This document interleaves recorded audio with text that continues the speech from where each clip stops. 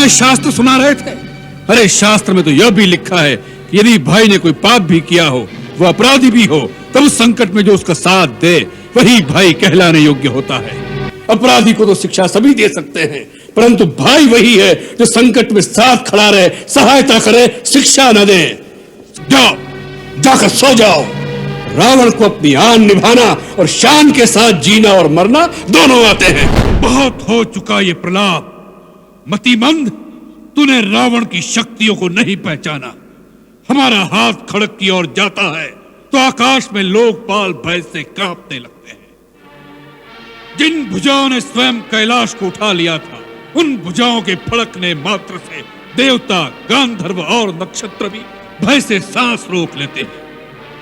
हम वही जग प्रसिद्ध प्रतापी रावण हैं, जिसके चलने से पृथ्वी इस प्रकार डोलती है जैसे नाव में कोई हाथी सवार हो। उस रावण के सामने तू उस मनुष्य राम की बात करता है। शठ, वानरों की सहायता से उसने समुद्र पर सेतु बांध लिया, यही उसकी प्रभुता है। समुद्र को तो पक्षी भी लांग लेते हैं, उससे वे सभी शूरवीर नहीं हो जाते। तुम जैसा पापी व दुराचारी जब निरुत्तर हो जाता है तो केवल शस्त्र का ही सहारा लेता है। तुम जैसे लोगों के लिए हमें भी शस्त्र उठाना पड़ता है, क्योंकि तुम विवेक, धर्म और नीति की भाषा नहीं समझ सकते। ये पांडित्य की बातें किसी ऋषि मुनि को जाकर सुनाओ। रणभूमि में आए हो तो बातें करो शस्त्रों की झंकार से। शस्त्र ही प्रश्न पूछे, शस्त्र ही उसका उत्तर दे, यही नियम है यहाँ का।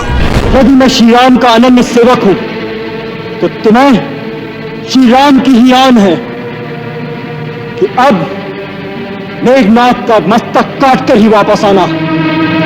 लक्ष्मण, यदि तुझे श्री राम की आन है तो इंद्रजीत को अपने देश की आन है। इंद्रजीत के जीते जी इस देश पर शत्रु की विजय पताका कभी नहीं फैला सकती, कभी नहीं। तो तुम भी आ गए, बहुत अच्छा किया।